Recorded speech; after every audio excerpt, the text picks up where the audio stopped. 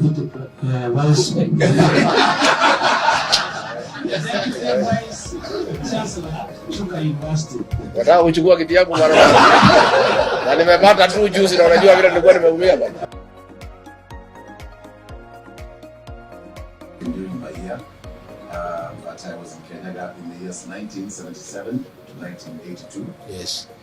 We were housemates, His Excellency. Yes. And we did.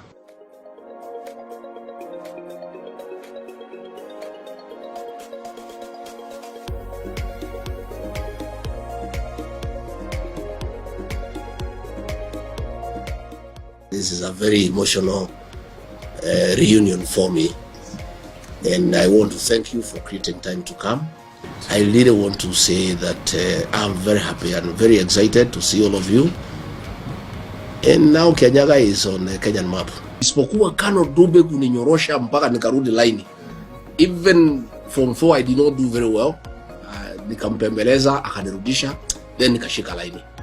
And from that day, from 1982 in Form 5, it's been success after success. We owe gratitude to that institution. And I've called these people here. I think there's a date, is it 18th? Yes. So that we plan for it.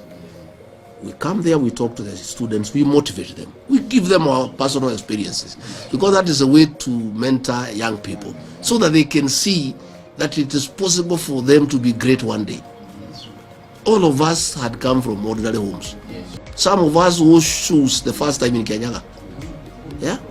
My first underwear I was bought in Form 2. 007. Because it was not a priority for my mother to wear an underwear. We wacha tulipe school fees kwanza utapagana mbele. You know, we have stories to tell.